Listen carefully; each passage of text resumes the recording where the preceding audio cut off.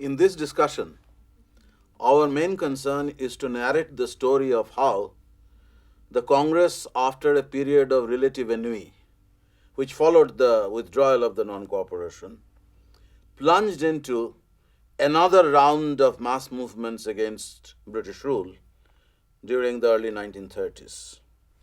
We are talking about the Civil Disobedience Campaign, which was, as you all know, one of the more significant episodes in the history of the national movement. Regarding civil disobedience, however, the historical opinions are more nuanced.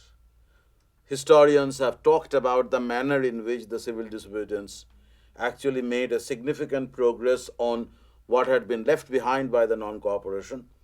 Business classes, for that matter, actually participated more enthusiastically, at least in the early phase of the civil disobedience movement. But scholars like Shumit Sharkar and many other historians as well have often debated over whether the civil disobedience campaign can be studied or seen as an unqualified advance on the non cooperation. So, how does Shumit Sharkar and the other historians distinguish between the civil disobedience movement and the non cooperation movement? Yeah, that is basically the question that they are raising. If you come across the standard nationalist historiography, that these are all stages through which the national movement passed, eventually reaching a very high point in the 1940s. 42 movement has been always cited as one of those great turnarounds in Indian history. Some people would go to the extent of describing that as a spontaneous revolution.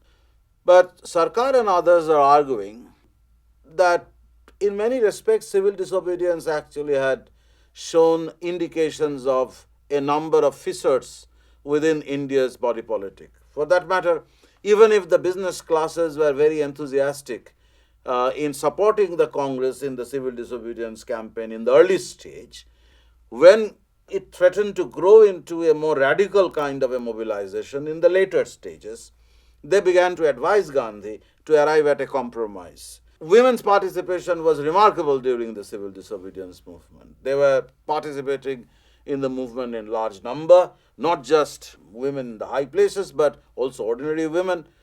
But if you look at Muslim participation, it was very paltry. The strength of the Congress organization in the rural areas was derived from the kind of mobilization that had taken place already among the richer and the propertied peasantry. But unlike during the non cooperation, when even the lower peasantry became associated, often through spontaneous movements, the civil disobedience actually showed a very controlled movement, a movement which was more effectively controlled by the Congress organizations. It had its advantages, but at the same time, it actually prevented the kind of spread effect that you come across during the non cooperation. We are talking about the very lukewarm Muslim response, and this had something to do with the growing communalization of politics in the course of the 1920s. From 1926-27 onwards, there were frequent riots in different parts of India, and that stood as a barrier to the kind of communal cooperation that we had seen during the non-cooperation movement. Because of the revolution in Turkey, which abolished the caliphate and made khilafat a completely irrelevant issue. So the point that we would like to emphasize, partly actually reiterating the stand taken by several historians who had worked on this area, that certainly civil disobedience had shown the ability on the part of the Congress organization to renew the agitation, and the agitation actually showed remarkable control of the organization over the movement. But at the same time, despite the involvement of women, despite the involvement of even teenagers in large number in the movement, we see certain tendencies which did not have good portents for India's future political evolution, particularly the alienation of the Muslims.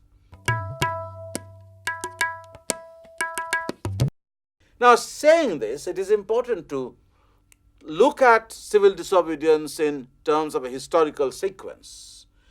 I mean, one can take the withdrawal of the movement at Chauri Chaura as the point of departure.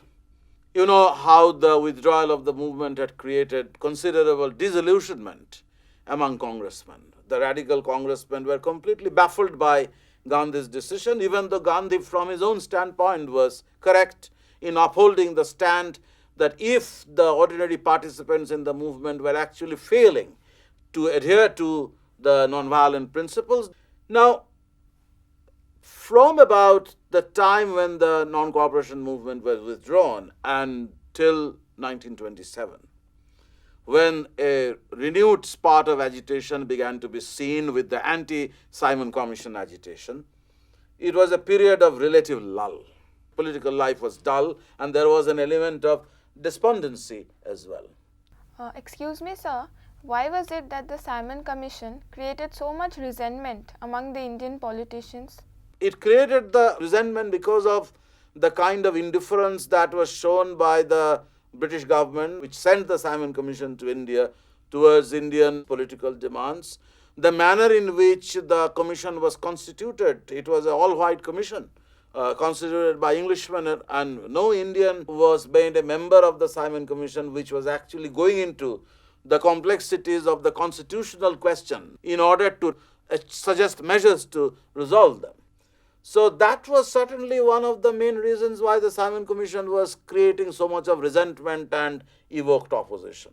Before the Simon Commission was actually appointed by the government, in order to rectify the inadequacies of the Montagu-Chelmsford reforms, the congressmen decided to participate in the council, at least for some time.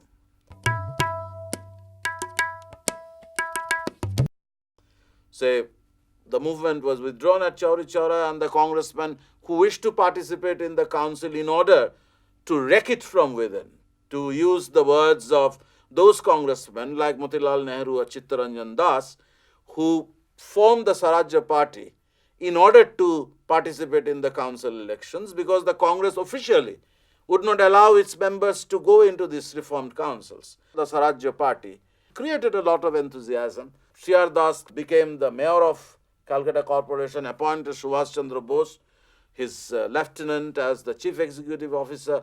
Motilal Nehru's son, Jawaharlal, then a young politician, became the chairman of the Allahabad municipality. So men who became associated with the Swarajya Party wished to become important functionaries in representative bodies. With time, the Swarajya Party began to lose its steam. Even though in the earlier election they performed very well, but in the elections of 1926 their performance was not very impressive. So it seems that after the death of C.R. Das and after the growing disillusionment among congressmen about British intentions, the trust in the British commitment was actually lacking among Indian politicians. So at this juncture, when they decided to send the Simon Commission to India, they became suspicious. The congressmen felt that the British were not actually adequately responsive to the Congress demand for dominion status, Congress demand for some kind of self-government.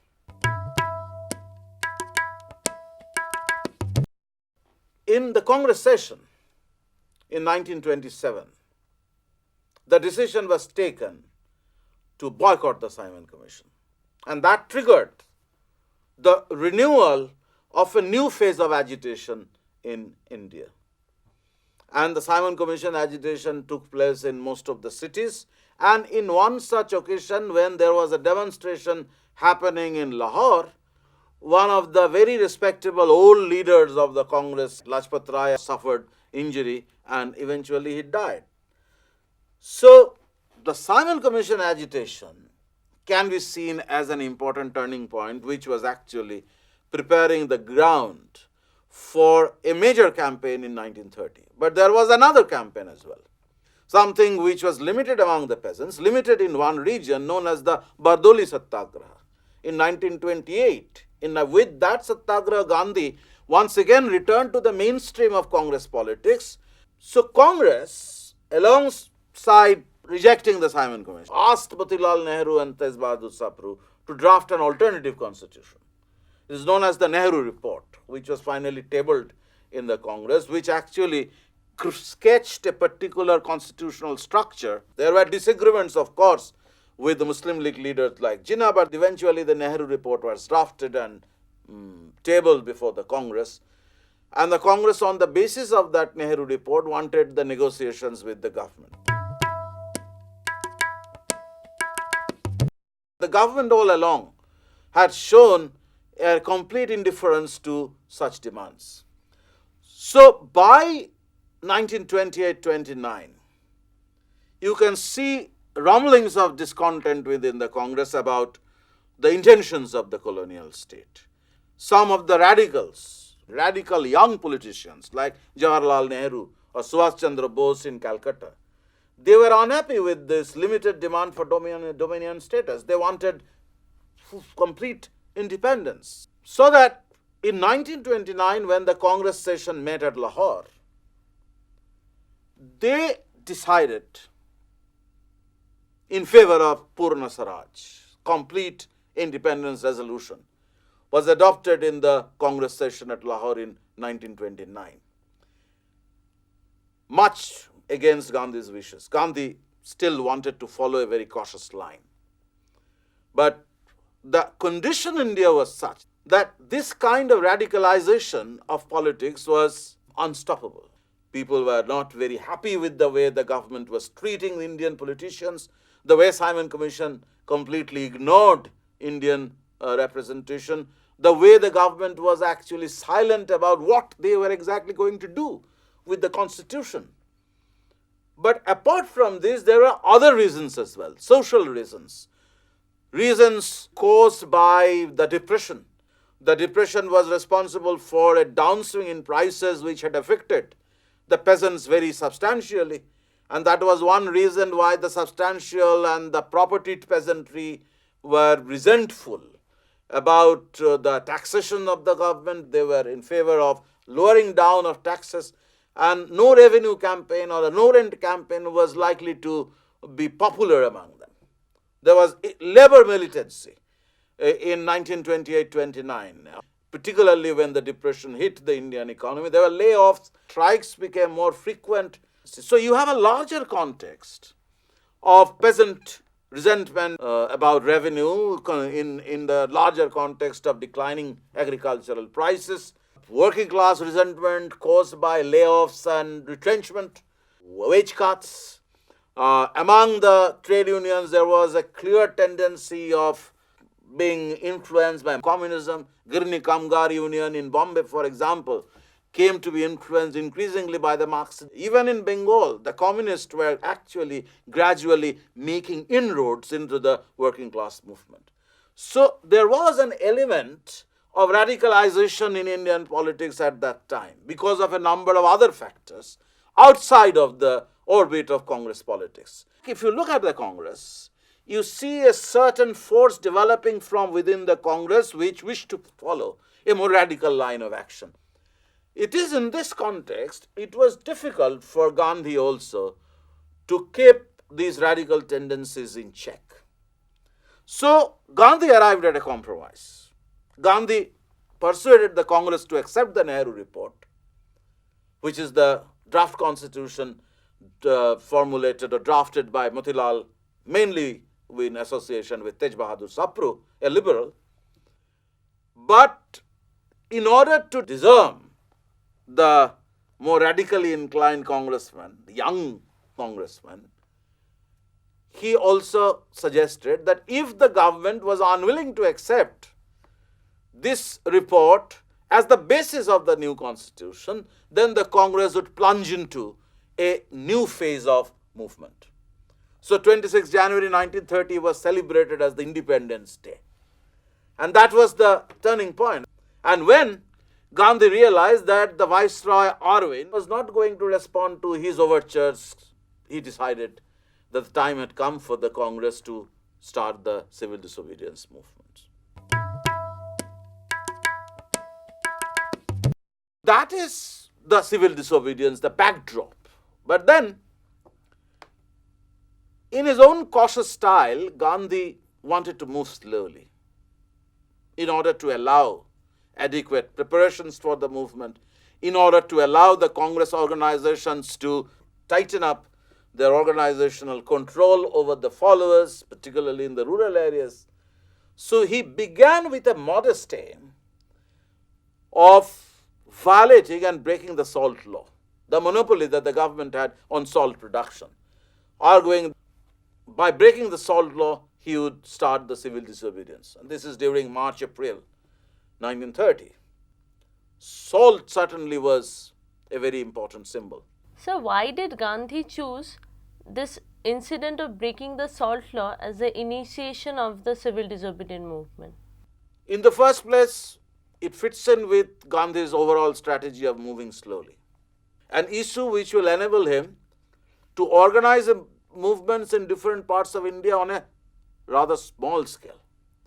But it was at the same time a very sensitive issue, because salt was a daily necessity.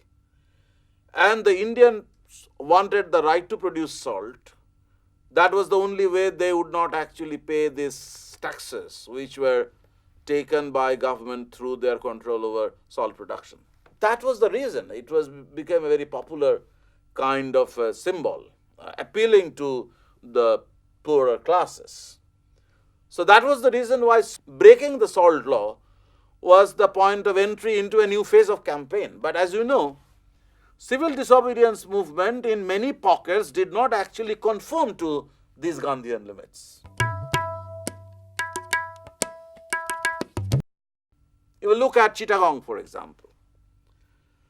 In the backdrop of the civil disobedience movement, the famous Chittagong armory raid took place, which signaled the beginning of a renewed phase of revolutionary unrest in Bengal. In Punjab, the Hindustan Social Republican Army in Punjab and North India were renewing a third, final phase of revolutionary movement. That was the time. This was the larger context in which civil disobedience in many places did not actually conform to the kind of limits that Gandhi has suggested. Look at Peshawar. For the first time, the northwestern frontier provinces came within the orbit of Gandhian mobilization, led by a man called Abdul Ghaffar Khan, known as Frontier Gandhi, a devoted follower of Gandhi, who came to the Congress session in Lahore with a large number of Pathan followers. But then, in the northwestern frontier provinces, violent incidents took place, leading to the death of as many as 250 people. Sholapur was another storm center during the civil disobedience movement, where the textile workers went on the rampage, causing violence. Surja Sen, the leader of the Chittagong armory raid, was a congressman, was the secretary of the district congress, who participated in the salt march in Chittagong, we know the seaside Chittagong port. But then at the same time, even as he was participating, preparing the district congress for participation in the salt march, he was also creating this nucleus of revolutionaries who are going to achieve prominence almost around the same time in April 1930 by raiding the Chittagong armory. So it is not as if that always these storm centers of civil disobedience followed what Gandhi had asked them to do. But by and large, if you look at the movement, except for some of these regions which I've already mentioned, it followed the Gandhian line. Mainly a control movement in which the rich peasants were participating. And ultimately, around September 1930, we see the movement in a declining state. Involvement of the peasants notwithstanding, the peasants were becoming tired. The business people influenced Gandhi or tried to advise Gandhi to arrive at a compromise. And the government was also moving in a certain direction. The government convened the Round Table Conference in London. In the first conference, Congress was not represented. Most of the congressmen were in prison. So the Round Table Conference didn't produce anything. British government actually adopted the divisive strategy, as Ramsay MacDonald announced that famous MacDonald Award, known also as Communal Award. He suggested a constitutional reforms proposal, and among these reform proposals included separate electorate for the Muslims, separate electorate for the lower castes. So the government was also trying to create divisions in Indian political life through such kinds of manipulations of constitutional provisions, by giving the Muslims reservations, by giving the lower caste reservations in electoral bodies. So it is in these circumstances, after much persuasion, after the liberals persuaded Gandhi to at least work out a compromise with the government, after the business people who had become tired by then, or who had, according to some historians, become threatened by the possibility of this movement growing into a massive revolutionary upsurge, a massive labor militancy in the industrial areas, advising Gandhi, therefore, to arrive at a compromise, Gandhi decided to come to a kind of a truce with Irwin, known as the Gandhi-Irwin pact, and agreed to participate in the Round Table Conference. He went to London to participate in the Round Table Conference, but came back to India empty-handed. We are all familiar with the story of how ultimately this led to the renewal of the second phase of the civil disobedience movement. By the time Gandhi returned from the Round Table Conference, the movement had run its course. That kind of intensity that you come across in the earlier phase of the movement was lacking. The business classes, as I said, that they had become somewhat tired, or they had become apprehensive about labor militancy, the propertied peasantry. They wished to go back to their fields. So it is in this context that the second phase of civil disobedience movement showed signs of dissipation of the movement. Sir, if there were so many discordant elements in the Indian national movement, then how can we make an assessment of the civil disobedience movement in the long-term history of the freedom struggle? Well, that is very usual in national movements, or for that matter in the history of any major movements. Militancy cannot continue for an indefinite period. And this problem was faced by the Congress organization. You cannot ask the peasants to stay away from their normal activity for all time to come. Labor militancy would reach peak, and then once, if situation becomes favorable for them, laboring classes wouldn't participate in such activity.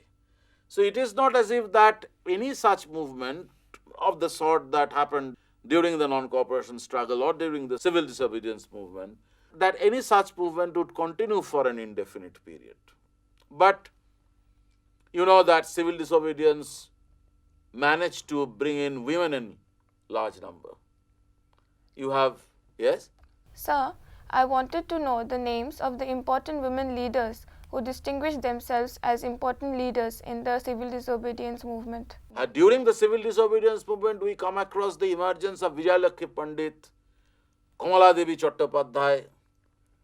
These are some of the more distinguished women leaders who became important in the Congress later.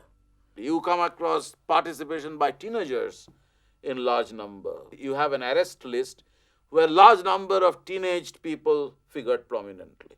And as far as women were concerned, it's not just the upper class women, as I was saying. Peasant women were also involved in the civil disobedience campaign in large number. So it is not as if that the civil disobedience, despite its failure, was a non-starter. It managed to create a lot of enthusiasm. And as we try to wind up this discussion, we adopt a more nuanced view of the civil disobedience. We see how the mobilization took place, how the organization was so important, how gradually the movement petered out. In the gradual dissipation of the movement, government repression certainly was very significant, because Willingdon, Irwin's successor, adopted a more repressive policy. People were arrested in large number, their properties were attached. Repression under Willingdon became so severe that it became difficult to continue with the kind of movement that had started in 1930. So there was a need for compromise. Gandhi allowed individual satyagraha for some time, but then that individual satyagraha was suspended in 1933. After 1933, we see again the Congress participating in the elections, and on the basis of the massive power and control that the Congress had been able to achieve among the rural folks in many of the North Indian states, that the Congress managed to win the elections in 1937 in as many as 8 states handsomely. So if you say that return to constitutional politics showed how the Congress was primarily interested in constitutional politics without being really concerned about mass movement, it will be a very one-sided argument. They wished to eliminate foreign rule, so they had a limited objective of creating a nation state. And if you consider that to be the main objective of the Congress, then the idea that there should be pressures on the government and the readiness on the part of the Congress to come to a compromise in order to achieve power, that makes sense.